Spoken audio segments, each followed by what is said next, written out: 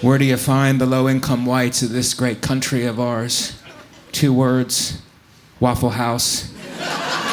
Waffle House seems to be a headquarters for the low-income whites. Or if you're in the middle of the country, it's called a Cracker Barrel. Cracker Barrels are just upscale Waffle Houses. We're in Nashville. You have Waffle Houses and Cracker Barrels. Can you say sweet spot? What's your mindset when you go to a Cracker Barrel? I want the unhealthiest food sold in public, but I still want to impulse buy a rocking chair. Where can I do it? Does such a place exist? It does. It's called the Cracker Barrel. Cracker Barrels are closing. Sorry, whites. Sorry, whites. Cracker Barrels are closing. Sorry, whites. I'm sorry, whites. But so are Red Lobsters. Sorry, blacks. Sorry, blacks. I'm sorry, blacks. That joke works better if there's more blacks in the room. Maybe someday, right, Nashville?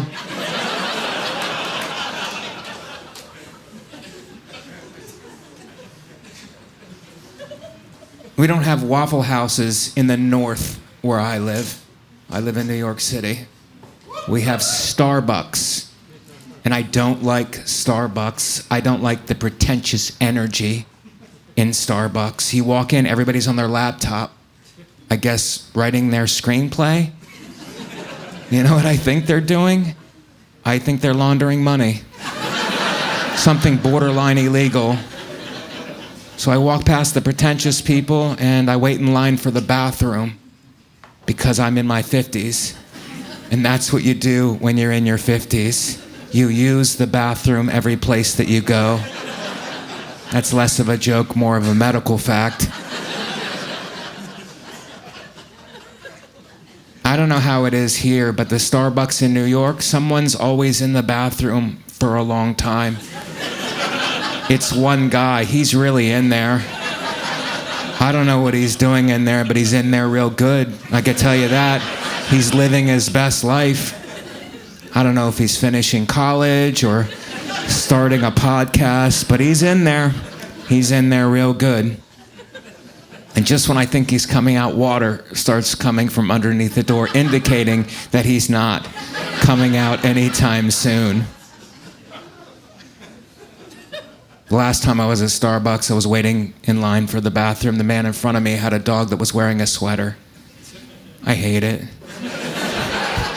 It's so condescending. The dog looked like he went to a better college than I did. It looks like he could bite somebody and he's already dressed for court.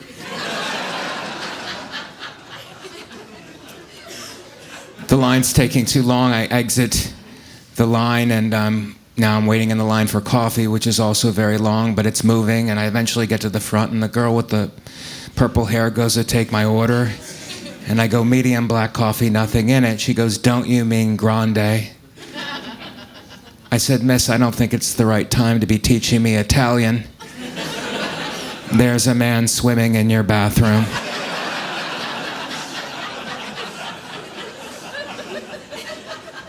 None of this is the case at the Waffle House. I went to my first Waffle House last year on the road in Mississippi. First of all, I love the name, Waffle House. House is in the name. It's very welcoming. And it's ironic because everyone in the Waffle House looks like they live in their car.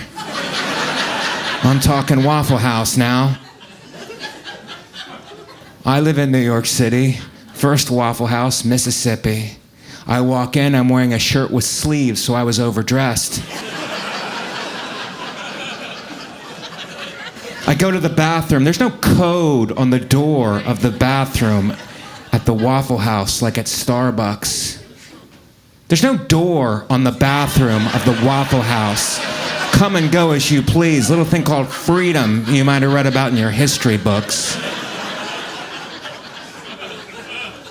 I finish my business and I'm walking back to my table, and it's Mississippi. I'm looking at the back of people's heads, and it's mullet, mullet, head injury.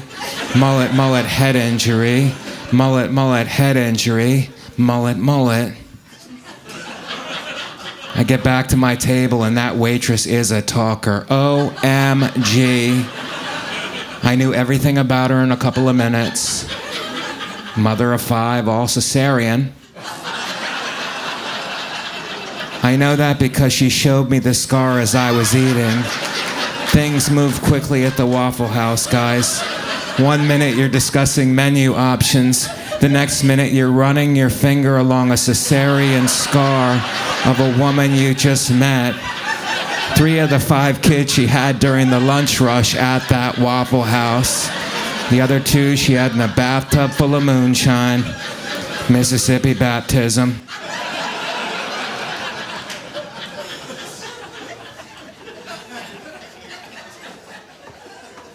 She's telling me about her life. Turns out she had just gone through a painful divorce. She was married to her cousin. Get off your high horse, Nashville. It's Mississippi. People marry their cousins. And I have empathy for that, because if you're dating your cousin, you kind of have to marry your cousin. Because how do you break up with your cousin? What do you even say? Look, I just want to be family.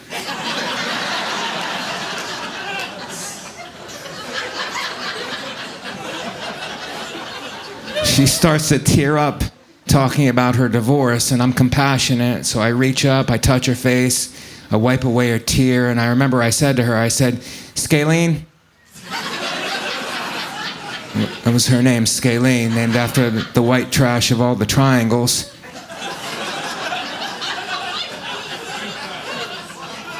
I said, Scalene, you did the right thing by getting them youngins as kids, out of that toxic relationship. And out of my peripheral, which is a word they don't understand in Mississippi, I see a man choking. He's a big redneck, no disrespect. And out of instinct, I yell, is there a doctor here? Not realizing that I'm at a Waffle House. Probably not a doctor at a Waffle House. Now I looked at the people's faces and I thought to myself, more chance of a doctor than a dentist.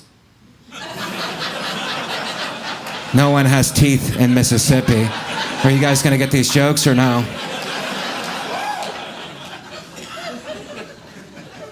So I think to myself, Michael, you graduated from high school. You're the closest thing to a doctor at this Waffle House. You gotta do something. So I start to make my move. He's a big redneck, he's choking, I'm coming from behind him. I don't want to startle him, but I know I'm in the South, so I get close and I whisper in his ear, I whisper, I'm white. I lock my hands and I start the Heimlich maneuver, which is gay marriage in Mississippi, and someone starts recording it with their phone, I assume for Pornhub, and after about 15 thrusts, which is what I'm good for, piece of Scrapple shoots out of his mouth and hits another man in the face, also named Scrapple. Scrapple Jenkins, he was the sheriff.